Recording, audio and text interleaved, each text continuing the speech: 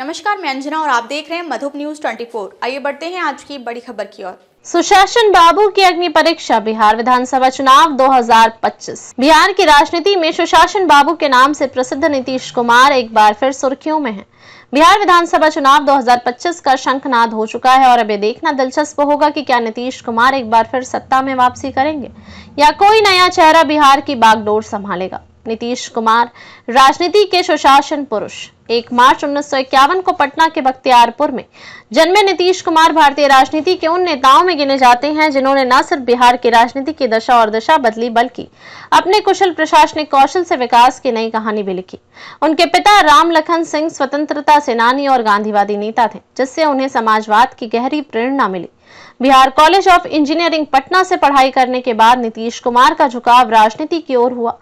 जयप्रकाश नारायण के 1974 के आंदोलन में भाग लेकर उन्होंने खुद को जनता के नेता के रूप में स्थापित किया। राम मनोहर लोहिया, वीपी सिंह और कर्पूरी ठाकुर जैसे दिग्गजों की छत्रछाया में राजनीति का ककहरा सीखने वाले नीतीश कुमार ने समाजवादी मूल्यों को अपनाते हुए बिहार में राजनीति का नया अध्याय लिखा। राजनीतिक सफर संघर्ष से सुशासन तक। 1985 में निर्दलीय उम्मीदवार के रूप में पहली बार बिहार विधानसभा पहुंचे नीतीश कुमार को 1987 में युवा लोक दल का अध्यक्ष बनाया गया। 1989 में जनता दल के महासचिव बनने के साथ ही उनका कद राष्ट्रीय राजनीति में बढ़ता गया। लगातार 1989 से 2004 तक बाढ़ लोकसभा सीट से सांसद चुने जाने वाले नीतीश कुमार ने रेल मंत्री के रूप में भी शानदार कार्य किए।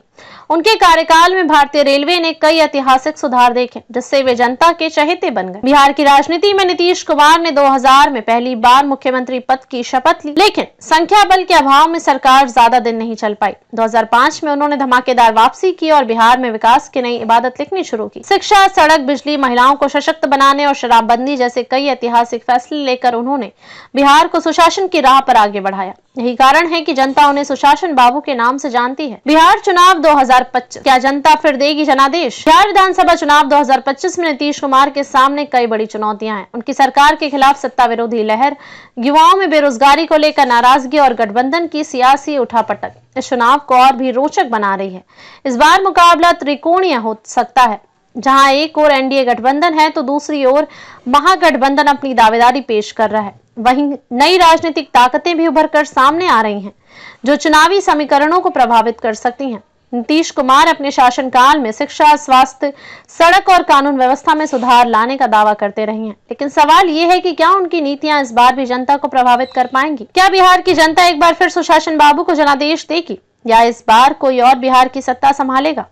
बिहार विधानसभा चुनाव 2025 केवल सत्ता परिवर्तन का चुनाव नहीं है, बल्कि यह चुनाव बिहार की जनता की आकांक्षाओं और उम्मीदों का भी आईना होगा। नीतीश कुमार का ये चुनावी सफर उनके अब तक के राजनीतिक जीवन का सबसे कठिन इम्तिहान साबित हो सकता है। अब देखने वाली बात होगी कि क्या नीतीश बिहार में नीतीश युग जारी रहेगा या कोई नया नेतृत्व राज्य की कमान संभालेगा। जनता का फैसला आने वाला है। इंतजार कीजिए बिहार की सियासत में एक नया अध्याय लिखने के लिए। अब तक लिए बस इतना ही। फिर मिलते हैं एक ऐसे ही बड़ी खबर के साथ। तब तक के लिए नमस्कार और देखते रहिए मधुप न्यूज 24।